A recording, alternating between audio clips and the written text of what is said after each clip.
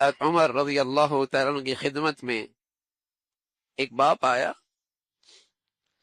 اور آ کر اپنے بیٹے کی شکایت کی کہ بڑا نافرمان ہے۔ حضرت عمر نے اس بیٹے کو بلایا۔ حضرت عمر نے فرمایا تیرے ابا تیری شکایت لے کے آئے ہیں، تو بڑا نافرمان ہے اپنے باپ کا۔ کہنے لگا عمر میرے ابا کا کہا بھی صحیح ہے، لیکن پوچھنا یہ ہے کہ جیسے اولاد پر ماں باپ کے حقوق ہیں، ماں باپ پر بھی کچھ اولاد کے حقوق ہیں؟ فرمایا ہاں ہیں، حق ہے۔ کیا؟ حضرت عمر نے فرمایا کہ اس کے لیے اچھی ماں کا انتخاب کرے، اس کا اچھا نام رکھے، اس کی صحیح تعلیم اور تربیت کا اہتمام کرے۔ فرمایا عمر یہ میرا باپ میرے سامنے کھڑا ہے، ان میں سے ایک بھی حق اس نے میرا پورا نہیں کیا۔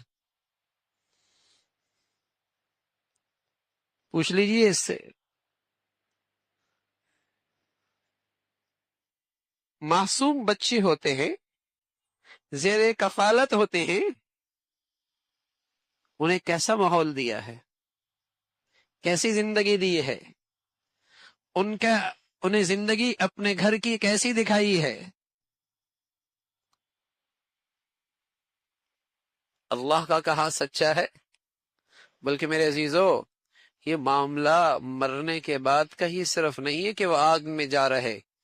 قسم خدا کی اللہ کا نافرمان دنیا کے اندر بھی بے چینی اور بے سکونی کی آگ میں تڑپتا، دنیا میں بھی بے چینی اور بے سکونی کی آگ میں تڑپتا ہے۔ تو یہ تو کوئی اولاد کے ساتھ خیر خائی نہیں۔ بہت مبارک ڈگریاں مل گئی، بہت مبارک دنیا کی فلاں یونیورسٹی سے تعلیم حاصل کر لی، بہت مبارک اسے اچھا کھلایا پلایا، لیکن یہ مبارک اسی وقت ہے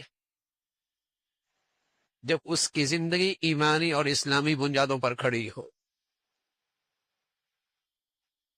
اگر یہ کوئی نہیں تو 60-70 سال کی اگر چند ٹکڑوں کا انتظام آپ نے کر بھی لیا اور سودا آپ نے کیا کھربوں سال کی زندگی کا کہ وہ بگاڑی یہ سنواری، تو یہ کون سی دانش ہوئی، کون سی عقل مندی ہوئی، یہ کون سی اپنی اولاد کے ساتھ خیر خائی اور بھلائی کی۔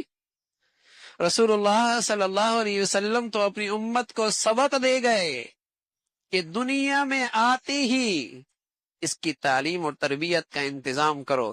دائیں طرف آذان، بائیں طرف اقامت۔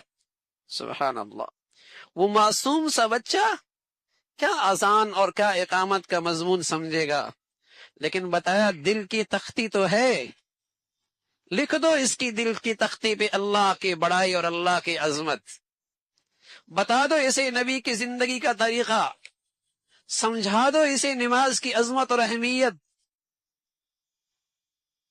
اس کے دل کی تختی پہ ابھی سے لکھ دو۔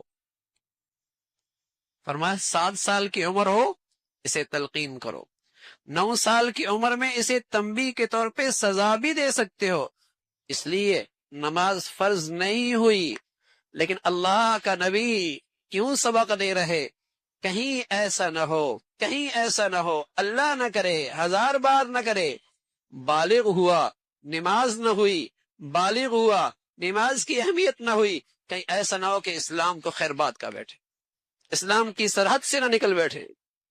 بچپن ہی کے اندر اس کے دل میں اسلام کی یہ بنیادی رکن کی وہ عظمت و اہمیت بٹھا دو، اس کے تصور بھی نہ ہو کہ مسلمان ہو کر بھی نماز چھوڑ دیا کرتا ہے، مسلمان ہو کر بھی نماز چھوڑ دیتا ہے۔